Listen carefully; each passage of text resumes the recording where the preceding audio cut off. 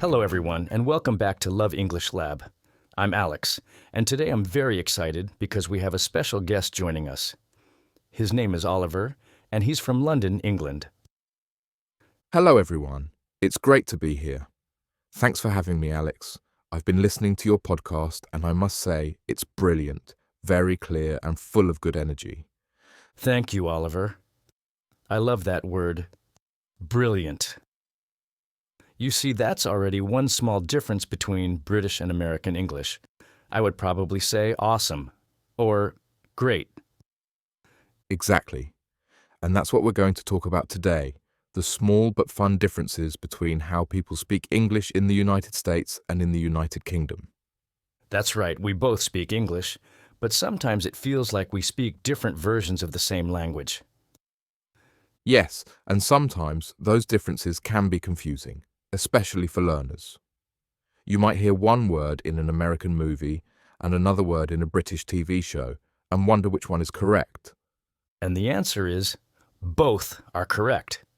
They just come from different parts of the world. In today's episode, we'll explore those differences together so you can understand both sides of English. Exactly. We'll talk about everyday vocabulary, food, travel, and a few funny expressions that people use in Britain and America. Our goal is to help you recognize these words and expressions so that no matter which version of English you hear, you'll understand it easily. And of course, to make you sound more natural when you speak.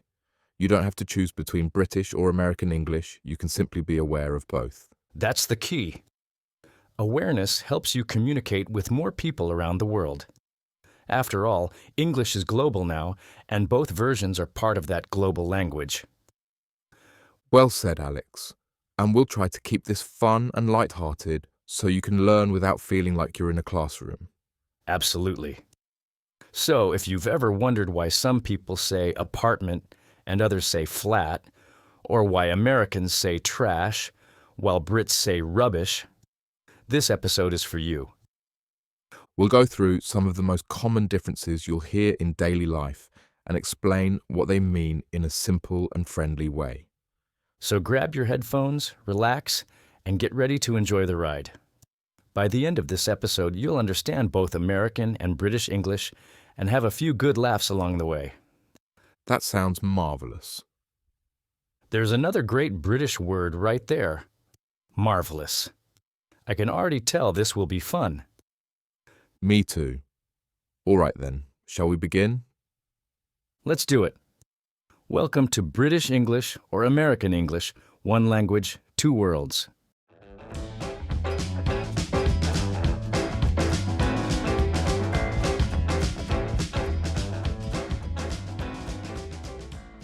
All right, Oliver, let's start with something simple, everyday words.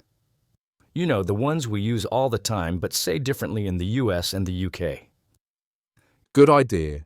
Everyday vocabulary is where most of the fun happens. Sometimes we say the same thing in completely different ways. Yeah. Let's start with one that always confuses people, apartment and flat. In the US, we say, I live in an apartment. And in Britain, we'd say, I live in a flat. Same meaning, but if you say apartment here, people will understand. They'll just know you're American. I've actually heard flat a few times when watching British shows. It sounds kind of elegant. It does, doesn't it? But it's just normal to us. Another common one, you say elevator and we say lift. Right.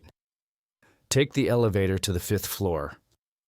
Or, as we'd say, take the lift to the 5th floor. By the way, we also say ground floor instead of first floor in most buildings. That can confuse visitors. Oh yeah, that's true. In the US, the ground level is the 1st floor, and the one above, that is the 2nd. So a 1st floor flat in Britain is actually one floor higher than I'd expect. Exactly. Many tourists go to the wrong floor because of that. Okay, what about cars and driving? We say truck. And we say lorry. A delivery truck in the US would be a delivery lorry in Britain. And we say gas, like gas station. We'd say petrol and petrol station. So if you ask for gas in the UK, people might think you're talking about cooking gas. That's funny. I definitely ask, where's the nearest gas station? And probably get strange looks. You would. And while we're talking about travel, there's subway and underground. Right, in New York, I'd say take the subway.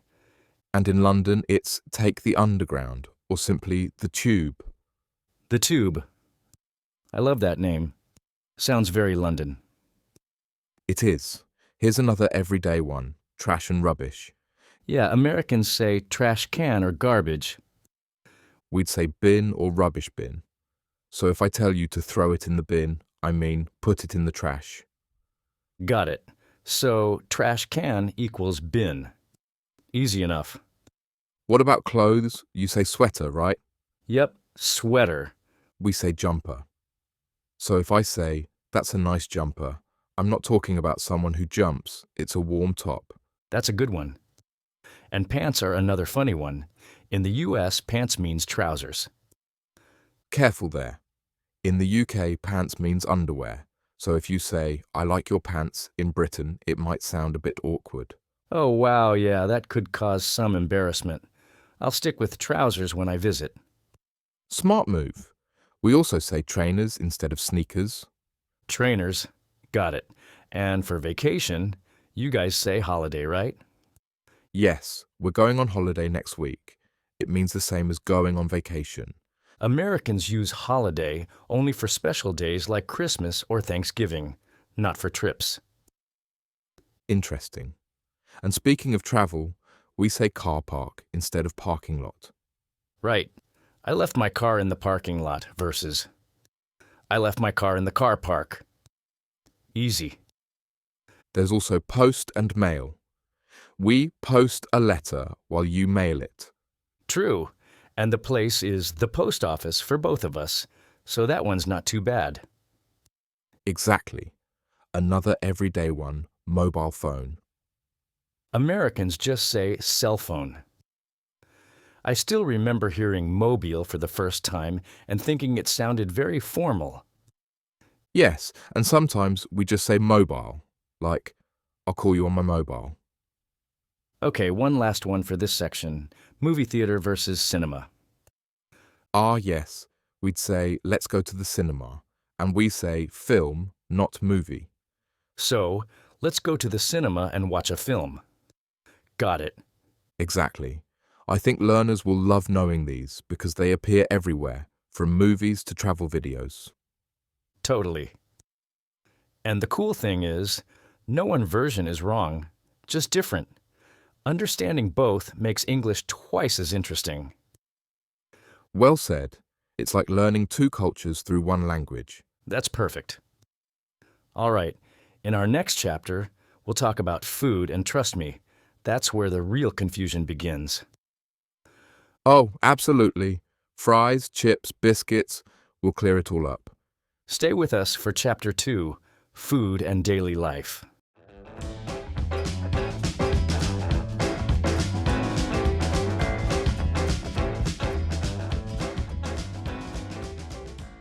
So, Oliver, now let's talk about one of my favorite topics, food. I've noticed there are a lot of word differences between American and British English when it comes to what we eat. Oh yes, absolutely. Food vocabulary is full of surprises.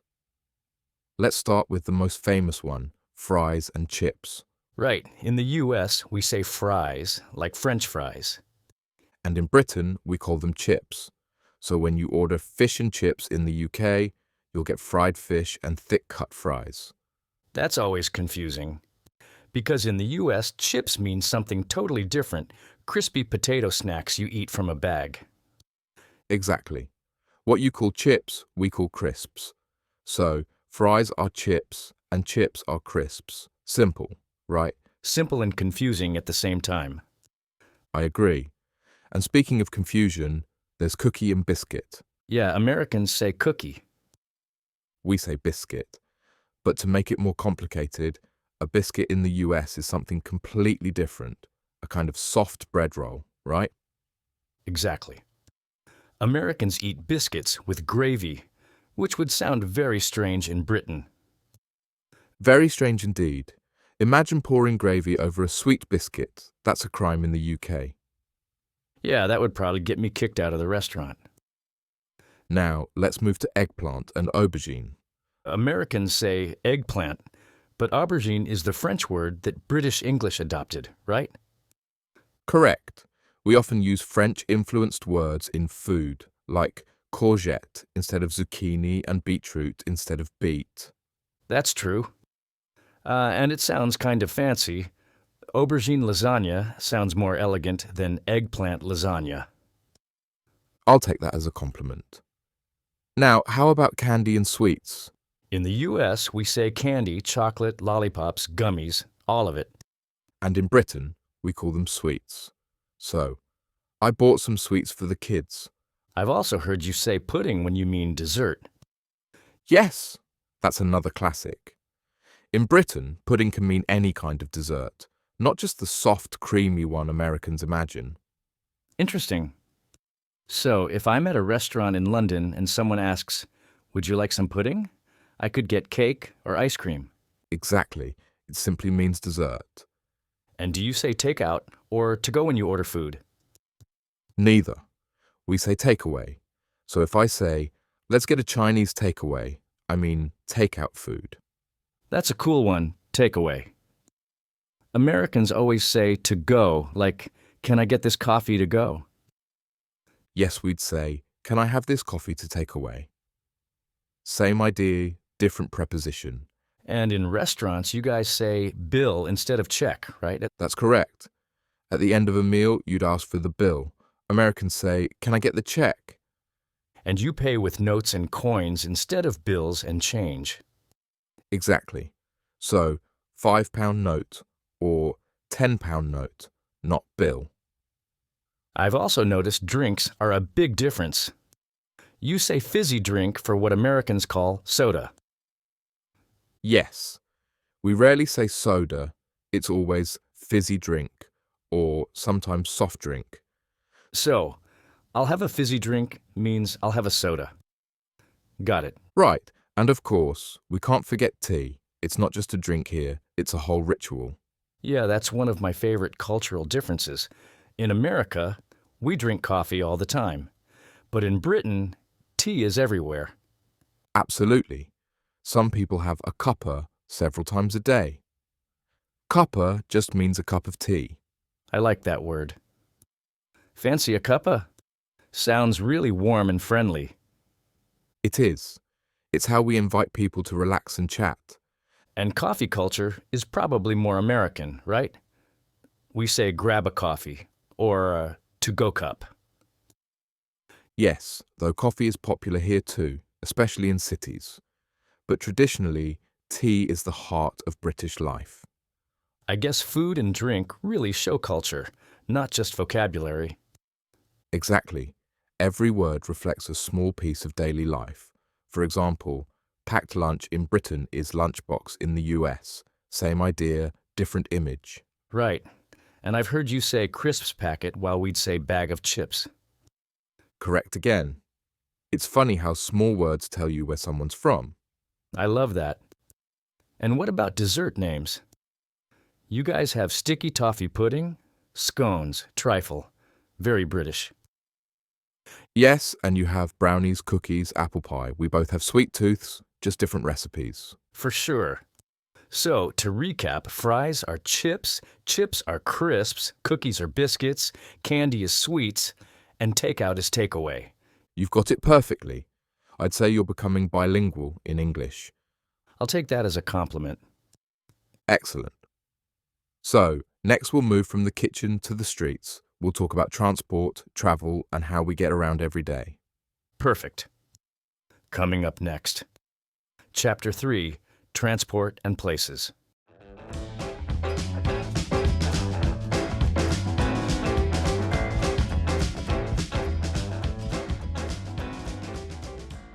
So, Oliver, let's move from food to travel.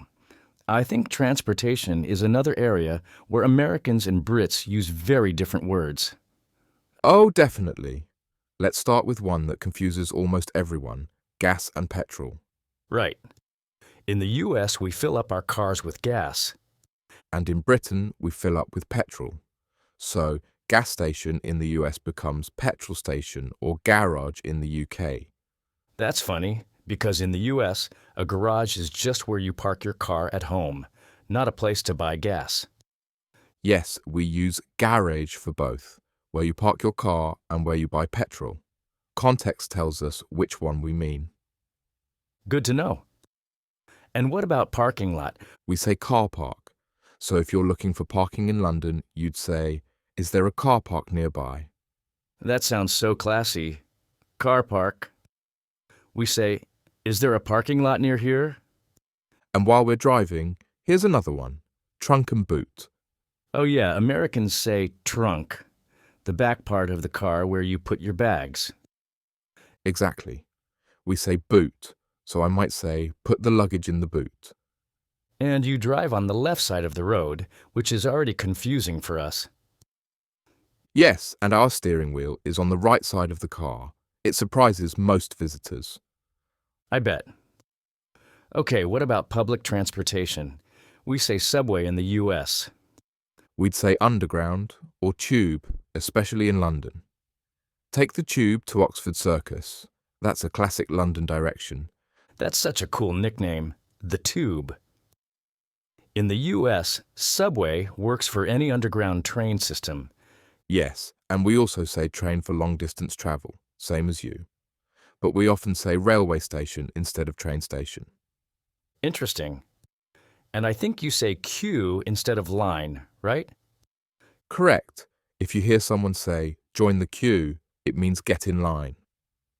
British people are very good at queuing. It's almost an art form. Yeah, Americans don't always queue as patiently, but we do say waiting in line. Another travel one, holiday versus vacation. Right, we covered that earlier. You say holiday for trips and time off, and we say vacation. Exactly. And we say hire a car while you say rent a car. That's right. Hire a car sounds so formal to me. Yes, but to us it's normal. We also say motorway instead of highway. Got it. So if I'm driving on the motorway, I'm on the highway. Exactly. And when we stop for a short rest, we go to a service station, not a rest stop. Service station, I like that. In the US, we'd say rest area or rest stop, usually on long drives. Speaking of rest, we also say caravan instead of trailer. Oh yeah, a trailer park in the US would be a caravan park in the UK. Correct. And when you walk, you use the pavement, not the sidewalk. That's another big one. Americans say sidewalk, but pavement sounds more formal, though it's just everyday British English. It is. And when we cross the road, we might use a zebra crossing. That's the striped crosswalk, right? Yes. We say zebra crossing because of the black and white stripes. Makes sense. We just call it a crosswalk. Another thing that confuses visitors, signs. In Britain, you might see diversion, which means detour in the US. Oh wow, I would never guess that. And petrol station ahead instead of gas station next exit. Exactly. Even the signs remind you where you are. And when we talk about buildings, I've heard you say flat instead of apartment. We already covered that. But you also say ground floor, not first floor. Yes, our first floor is the one above the ground. So when you visit, remember that. Definitely. I'd probably end up knocking on the wrong door. It happens a lot. Oh, and another everyday difference, center and downtown. True, in the US we say downtown for the central part of a city. And we say city center. For example, I'm going to the city center for some shopping. Same meaning, different word. Exactly. We also say high street for the main shopping street, where you'd say Main Street. Right. Main Street is common in small towns in the US. I like High Street. It sounds classy. It's just everyday British vocabulary. You might also hear postcode instead of zip code. That's a good one. We always say zip code.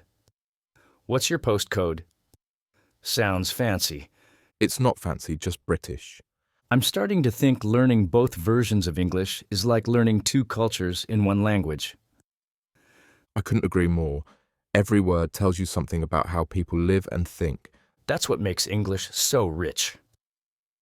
So in the next chapter, we'll look at how these differences appear in schools and workplaces, where people spend most of their time.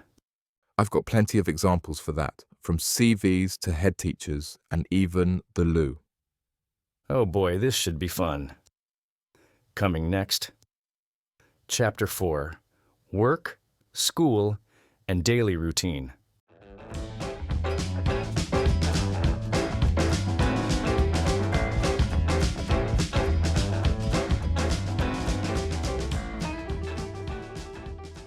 So Oliver, let's talk about everyday life, work, school, and routines.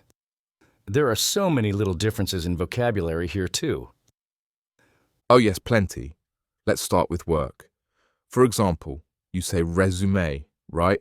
That's right, I'm updating my resume. We usually say CV, which stands for curriculum vitae. So in Britain we'd say, I'm updating my CV. That's interesting. I've seen CV before, but in the US we only use that term for academic jobs.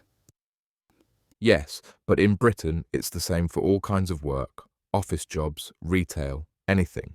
Got it. And how about what we call vacation days or paid time off? We'd say holiday leave. So I might say, I'm taking 2 weeks holiday in August. That sounds much nicer than I'm using my vacation days. Maybe it's the weather that makes it sound nicer. We don't get much sun here. True. Okay, what about inside the office? We say coworker or colleague. We say colleague more often. Co-worker sounds a bit formal or American to us. And for the boss, that's universal, right? Yes, we say boss too, though sometimes manager or supervisor depending on the situation. I've also heard you say at the weekend instead of on the weekend. Exactly. In British English, it's at the weekend. For example, what are you doing at the weekend?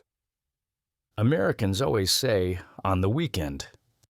It's funny how prepositions change like that. Yes, it's one of those small but common differences. Okay, now let's talk about school. In the US, and we have grades, like first grade, second grade.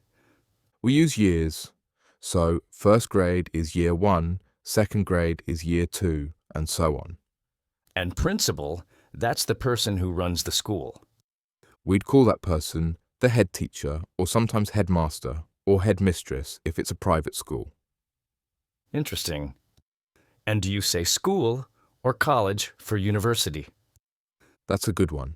We say university or uni for short. If someone says, I'm going to uni, it means they're studying for a degree.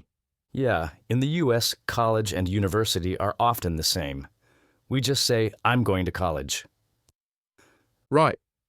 In Britain, college usually means a place for vocational courses or training before university. So if I say, I went to college, in the US it means higher education, but in the UK it might sound like high school level.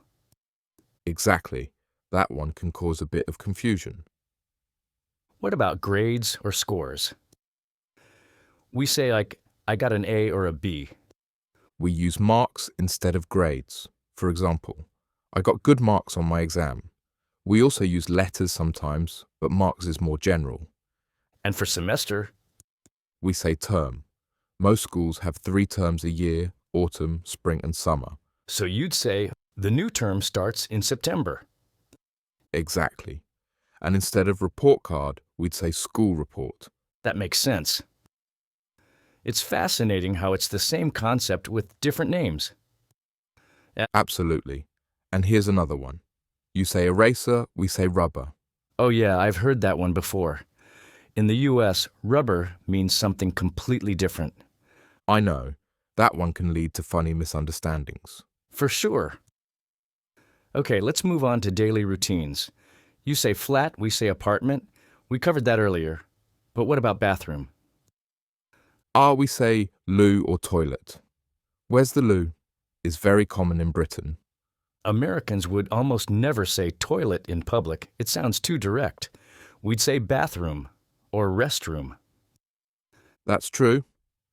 Restroom sounds quite American to us, but if you ask for the bathroom in the UK, people might think you actually want to take a bath.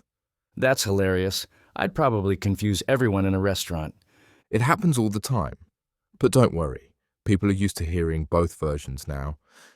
So let's see, trash can versus bin, apartment versus flat, bathroom versus loo, and resume versus CV.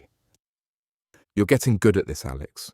Soon you'll sound half American, half British. That's the goal.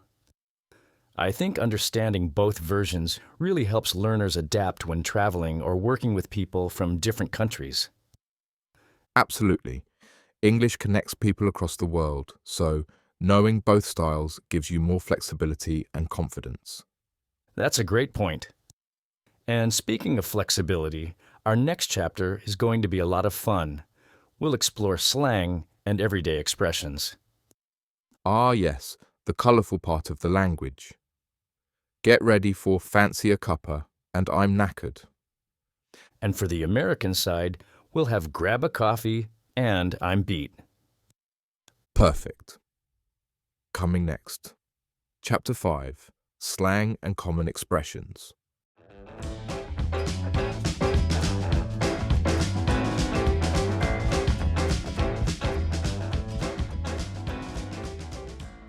All right, Oliver. Now for the fun part. Let's talk about slang and everyday expressions. This is where things really get interesting. Oh, absolutely. Slang is where language becomes alive. It shows personality, humour, and culture. Totally. But it's also what confuses English learners the most. Even native speakers get lost when hearing slang from other countries. True. Let's start with something simple. In the US, you might say, "That's awesome." Right. Awesome just means really good or impressive. In Britain, we'd say, "That's brilliant." It has the same meaning, something amazing or excellent. I like brilliant. It sounds so positive. It is.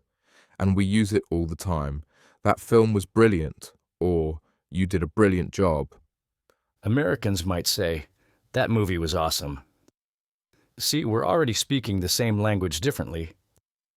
Exactly. Now, here's one that always makes me laugh.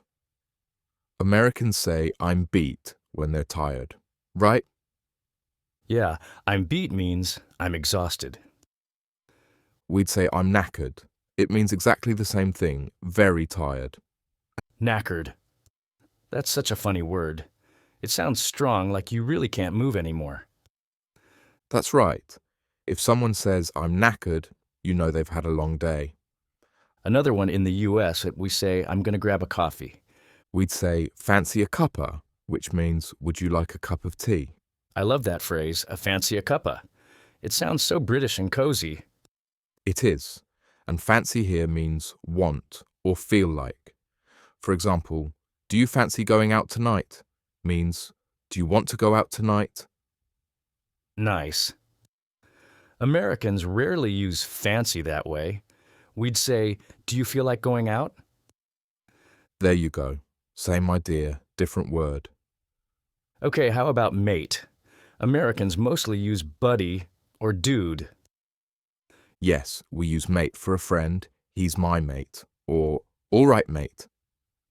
It's friendly and casual. In the US, we'd say, he's my buddy, or hey dude, especially in casual settings. Dude always sounds very American to me. Yeah, it's everywhere. Hey dude, what's up? Is a classic line. For us, "What's up?" becomes, "You all right?" or "All right, mate." That's interesting because, you all right? In America sounds like you think something's wrong. Yes, that's a common misunderstanding. In Britain, "You all right?" just means hello or how are you? Good to know. I'd probably answer, yeah, I'm fine, thinking I looked sick or something. It happens. And when something is funny, you might say, That's hilarious. Right. And you'd say, That's funny. Or that's a laugh. Or if something's really funny, we might say, that's a good laugh. Or that's a right laugh. nice. And if something is silly or ridiculous, we'd say, that's crazy. We'd say, that's mad. Or that's bonkers. Bonkers. That's such a great word. It's a classic. Now here's a tricky one. Cheeky. Americans rarely use it. Yeah, I've heard cheeky, but I'm never sure what it means. It means playful or a little naughty, but in a light-hearted way. For example, a cheeky smile or a cheeky drink after work. So, cheeky drink means like an unexpected little drink, right? Exactly. It's casual and fun. Americans might just say a quick drink. Right. Now, what about rubbish? We talked about that earlier. Rubbish means trash, right? It does, but it also means nonsense. If someone says something silly, I might say, that's rubbish. Oh, that's cool. In the US, we'd say, that's nonsense, or that's ridiculous. Exactly. And when something goes wrong, we might say, oh dear, or what a shame. Americans might say, that's too bad, or oh man. Yes, you can really hear the difference in style. British English often sounds more polite or indirect. True. Americans are more direct. We say exactly what we think. Both styles are useful. If you mix them, you'll sound natural anywhere. Totally agree. Okay, last few, loo versus bathroom. We covered that earlier. What about money slang? Ah, yes. In Britain, a quid means a pound, and a fiver is a £5 note. Right.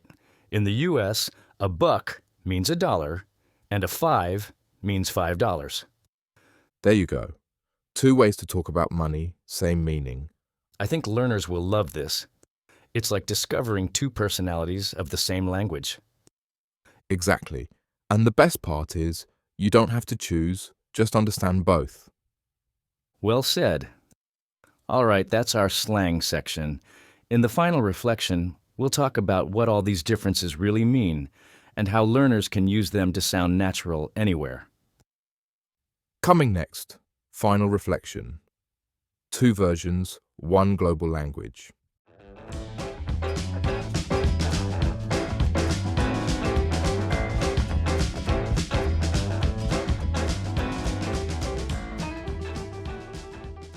Well, Oliver, I think today we proved something important, that English isn't just one language.